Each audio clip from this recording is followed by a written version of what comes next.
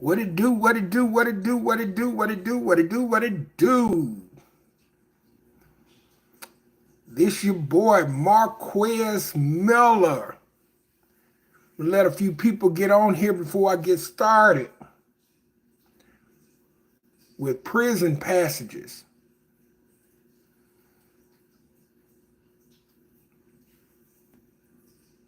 Yeah.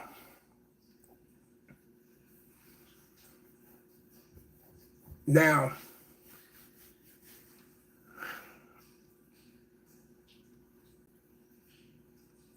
I'm going to talk about this, and this popped up in my mind last night.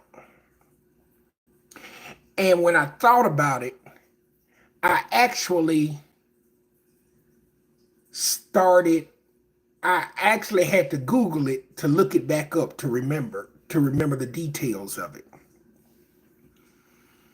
Um, and in prison, and it happens in every prison, there's riots that go on for whatever it may be. And a lot of the times it's gang riots. Now, for those that don't quite understand,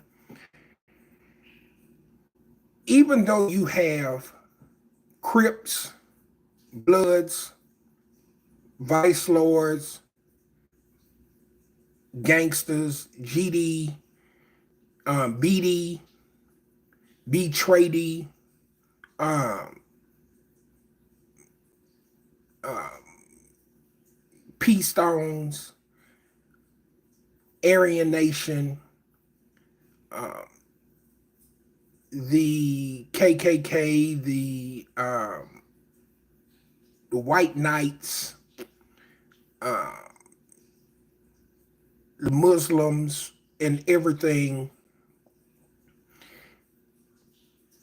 in the same prison doesn't mean that they get along all the time. Just like when you look at Lockup Raw, and some of you might even follow old boy with 23 and 1 on YouTube. Even with 23 and 1, even with Lockup Raw or Lockdown or whatever, you will see that in these institutions, you have all variety of gangs. You even have the Mexican mafia in some of these prisons. It's coming along with the Bloods, the Crips, the Vice Lords, the gangsters. You have MS-13. You have you have a variety of mixture. You even have Jamaican gangs. You have you might have some of everything. So, contrary to popular belief,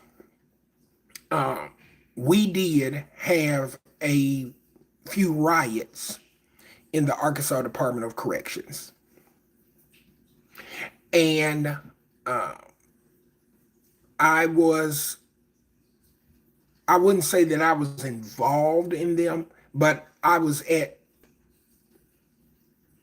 the units at some of the time that they took place.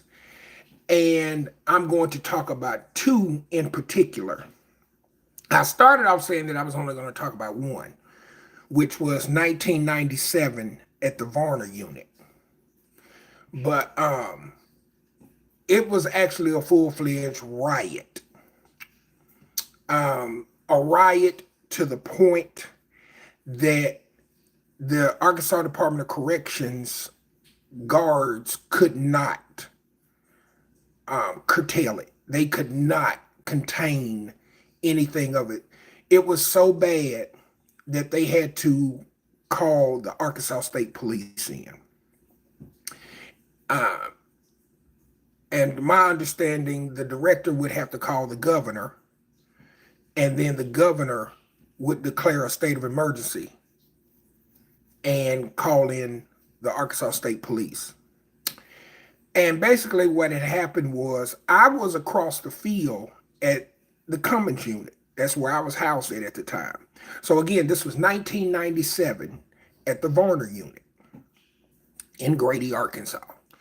So I was actually at federal court that day. I had a lawsuit that I had filed while I was in prison for conditions of confinement and excessive use of force by a lieutenant. And I'll talk about that on another time of what that situation was. So I had been taken to Little Rock to the courthouse, and that's where I was. So on our way back, I remember we were riding on the van. It was just me and two officers. We were riding on the van, and when I tell you, we were coming through Pine Bluff, and in the middle of the evening, and police were just flying. State police were just flying, heading past us, you know. And I said, damn, where they going? And I remember the guard, he was listening over the radio, and he was like, man, there's something going on at the Varner unit. So needless to say, speeding it up, we managed to get closer to the unit. So we're coming down the freeway, or coming down the roadway, and we could see back off the road the entire parking lot and everything. The prison and everything was surrounded with Arkansas State Police vehicles. So, I mean, it was just like you would see on television in the movies or something. There were numerous cars. I'm saying there were many cars, many Arkansas State Police vehicles. And so we turn it on the road where the entrance is, and I'm just looking like, damn, what's going on? Well, the guard told me, like, man, it came on the radio that it was a riot. So I'm like, I instantly started praying, really, to be honest with you. I was like, Lord, please let whoever is involved, please let them be all right. You know, I don't know what's going on, but please let it be all right. Well, however, we drove on down the way, and when something like that happens, officers that are in the Department of Corrections from other units also come over to that unit. So, along with the state police, you had officers from the Cummins unit, from Delta Regional Unit, which is in Dermot, officers from Pine Bluff units. And in Pine Bluff, you had 3 units at the time, which were Diagnostic, the JCJ, and the Work Complex. And then, you know, officers probably from Wrightsville probably came.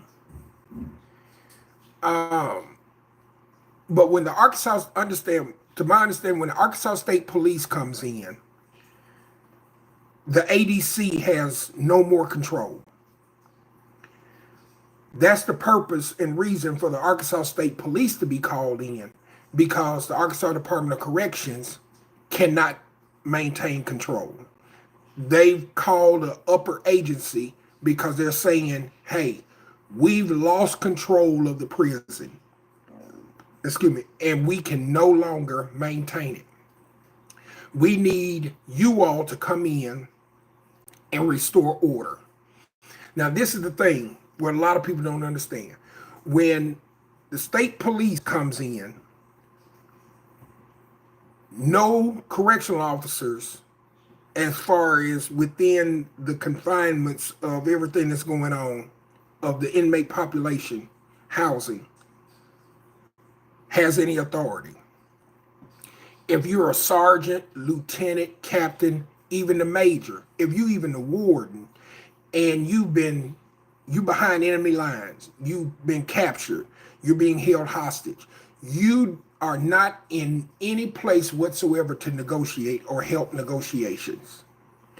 You will be considered a casualty of war.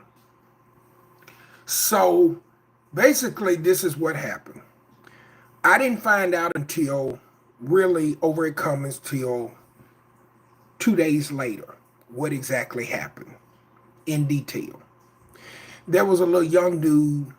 I can't remember where he was from. He was either from Blytheville or West Memphis or Osceola or somewhere. He comes over to the Cummins unit. They transferred him over there. So when he got over there, we're questioning him. You know, inmates over there, we're questioning him, trying to find out what went on. So basically, it was a riot, a gang riot between, to my understanding, between the Crips and the Bloods. But everybody from Little Rock that were Crips and Bloods had joined together. And it was a battle between Little Rock and dudes from northeast Arkansas. People that was from West Memphis, people that were from Jonesboro, Blytheville, Osceola, Forest City, Wynn, Earl, everything that was northeast was in battle with everybody that was from Little Rock. And all of the Crips and Bloods that were from Little Rock joined together, or most of, I put it like that. When I tell you, this little young dude, he said, man, he had been stabbed. He said, man, I'm going to tell you. And he's a little young dude, he about 17. He said he was in Sallyport, in the Sallyport gate, waiting to catch out on Host Squad, which was a late turnout. When you're late turning out for Host Squad, they take out to Sallyport, and you sit out there in the Sallyport gate in the bullpen, and you wait until the field captain comes in the pickup truck, and then you get into the back of the pickup truck, and then they ride you out to your squad, out to wherever your squad's site is, and you get off the truck and go on to work. So dude said that he was sitting in there, and sitting in the bullpen, and one of my homeboys, who's a Crip, he said dude came in the bullpen. He said he never seen anything like this in his life. He said that my homeboy came in the bullpen, and I call him my homeboy because he's from Little Rock. He said he came in the bullpen and he looked around. He just stood there in the middle of the bullpen and looked at everybody.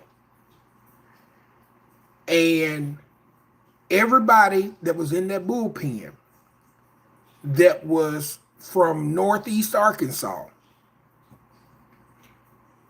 got the business. My homeboy up with a blade. Some people call it a knife. Some people call it a shank. Some people call it a blade. Some people just say tool. And I'm going to, because I put this video for kids to watch.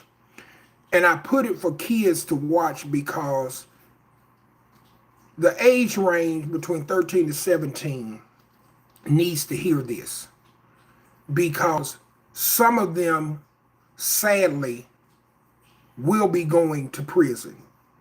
And hopefully after listening to this, some of them will choose a different path that will make it where they will not go to prison.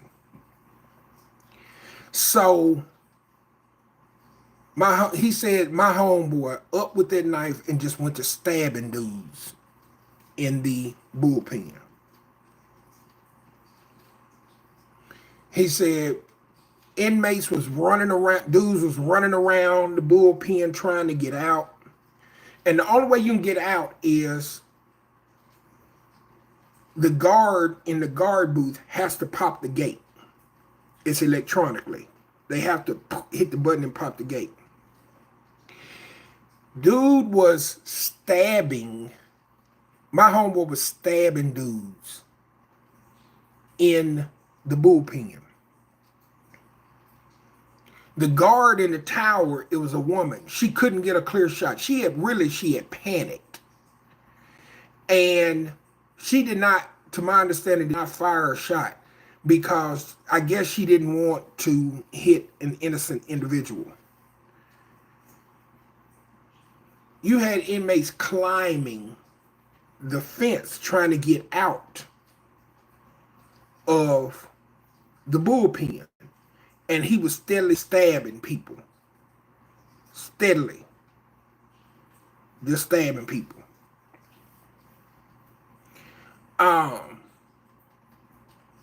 Little buddy said that he climbed up. He cut himself also on, I think, on the razor wire, trying to get over the razor wire away from my homeboy. He said the whole time while my homeboy was doing this, he was smiling. He said he had never seen anything so sadistic in his life.